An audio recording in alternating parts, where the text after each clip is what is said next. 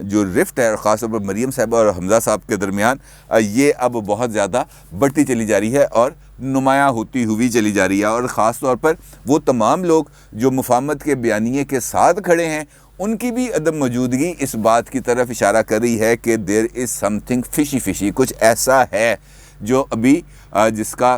لاوا پھٹنا ابھی باقی ہے، لہٰذا اب ہمیں اس کو انتظار کرنا چاہیے۔ اب بات کرتے ہیں نواز شریف صاحب کے خطاب کی۔ نواز شریف صاحب نے آج تنظیمی عہدیداروں سے خطاب بھی کیا اور اس کے بعد انہوں نے ان سے حلف بھی لیا۔ نواز شریف صاحب بھی یہ کہتے ہیں کہ جناب سلیکٹڈ کو لا کر بحران پیدا کیا گیا، لوگ بھوک سے مر رہے ہیں، ملک کو ان حالات سے نکالنا نون لیگ کی ذمہ داری ہے، اور اس وقت اگر ہم باہر جائیں تو حالات اس لیول تک ہیں کہ عام آدمی تنگ آ چکا ہے، لوگ بھوک سے مر رہے ہیں، اشیاء خورد و نوش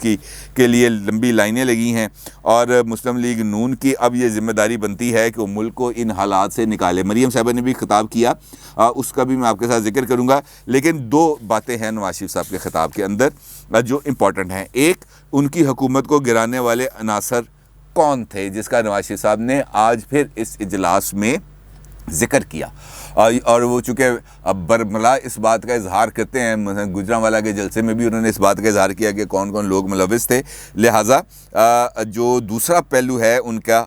جو گفتگو کا وہ یہ ہے کہ ووٹ کو عزت دو کا بیانیہ میرا ذاتی بیانیہ نہیں ہے، یہ اب پوری قوم کا بیانیہ بن چکا۔ یعنی یہ وہی بات ہے کہ نواز شریف صاحب کا جو بیانیہ ہے وہ اب آگے بڑھ چکا ہے، اور اب مسلم لیگ نون چاہے بھی تو وہ اپنے اس بیانیے کو کمپرومائز نہیں کر سکتی، کیونکہ اس بیانیے کو لوگوں نے اب نہ صرف بائے کر لیا ہے بلکہ اس کو اپنے اندر بسا لیا ہے، ایبزارب کر لیا ہے، لہٰذا اب اس بیانیے سے مسلم لیگ نون ڈیویٹ نہیں کر سکتی۔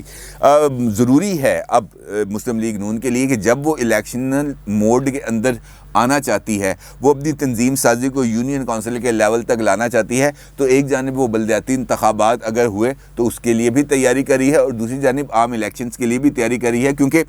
آج کے بھی اجلاس میں مریم صاحبہ نے اس بات کا دوبارہ اعلان کیا، اور نواز شریف صاحب نے بھی اس بات کا ذکر کیا کہ بھائی اگلے الیکشن جو ہے اب زیادہ دور نہیں ہے، اگلے سال بجٹ کے بعد الیکشن ہو جانے ہیں، لہٰذا اب ہمیں سنجیدگی کے ساتھ اپنے اندرونی اختلافات کو ایک سائیڈ پہ رکھتے ہوئے، یعنی ان کے سامنے جو لوگ بیٹھے ہوئے تھے جو تنظیمی عہدیدار تھے بہاولپور ڈویژن کے،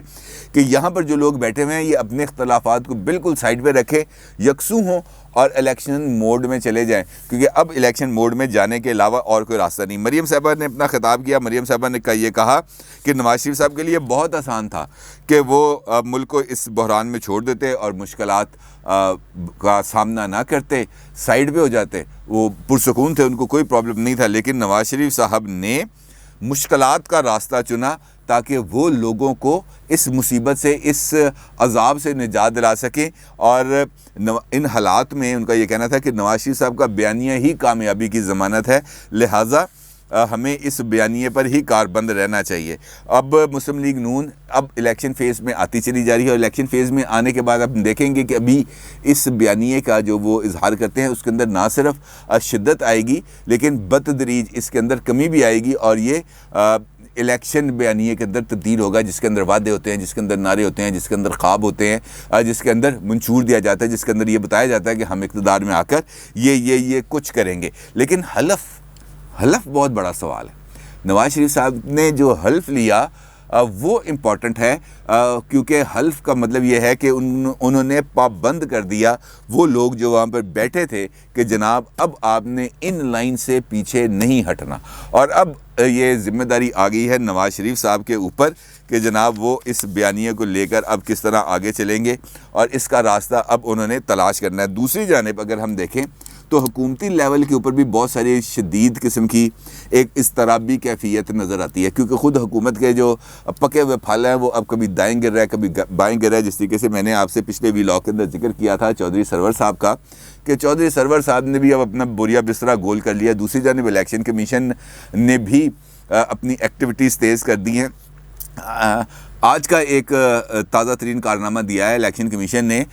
کمیشن نے وزارت سائنس اینڈ ٹیکنالوجی سے ای وی ایمز کا جو سورس کوڈ ہے وہ مانگ لیا۔ انہوں نے کہا کہ جناب آپ ہمیں یہ بتائیں کہ یہ جو ای وی ایمز آپ بنا رہے ہیں، ان ای وی ایم کا جو سورس کوڈ ہے وہ کیا ہے، تاکہ ہم اس کا ایک انڈیپینڈنٹ اینالسٹ سے اس کا جائزہ لے سکیں کہ کیا یہ سورس کوڈ ہیکیبل ہیں یا یہ کسی کو پرووائڈ کیے جا سکتے ہیں، اور اگر اس کو وہ سورس کوڈ مل جائے تو وہ دور بیٹھ کے اپنے کمپیوٹر کے ذریعے اس مشین تک ایکسیس کر سکتا ہے، کیونکہ ہمارے لیے یہ جاننا بہت زیادہ ضروری ہے۔ اور دلچسپ بات یہ ہے کہ جناب وزارت سائنس اینڈ ٹیکنالوجی نے الیکشن کمیشن کو یہ سورس کوڈ دینے سے صاف انکار کر دینے کا، جناب وی آر ویری سوری، ہم آپ کو یہ سورس کوڈ ابھی فراہم نہیں کر سکتے، لہٰذا آپ جانیں اور آپ کا کام۔ دوسری جانب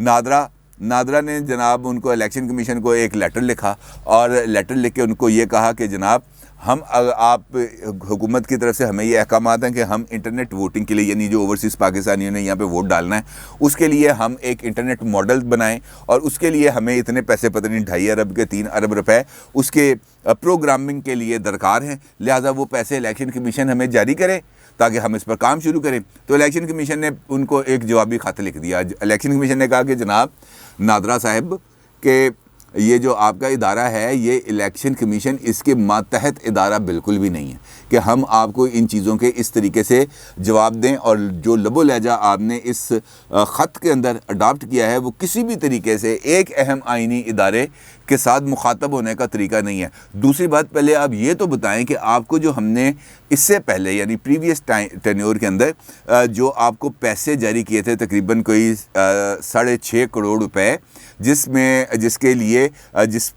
کے تحت آپ نے ایسا ہی ایک ماڈل بنانا تھا، آپ یہ بتائیں کہ جناب ان پیسوں کا کیا بنا، وہ کام کیوں رکا، وہ کام اب کس لیول پر ہے، اور اگر وہ کام آگے منطقی انجام تک نہیں پہنچ سکا تو اس کا ذمہ دار کون ہے، اس کی آپ نے ذمہ داری کس پہ فکس کیا۔ یہ جو قومی خزانے سے پیسے آپ کے اکاؤنٹ میں ٹرانسفر کیے گئے،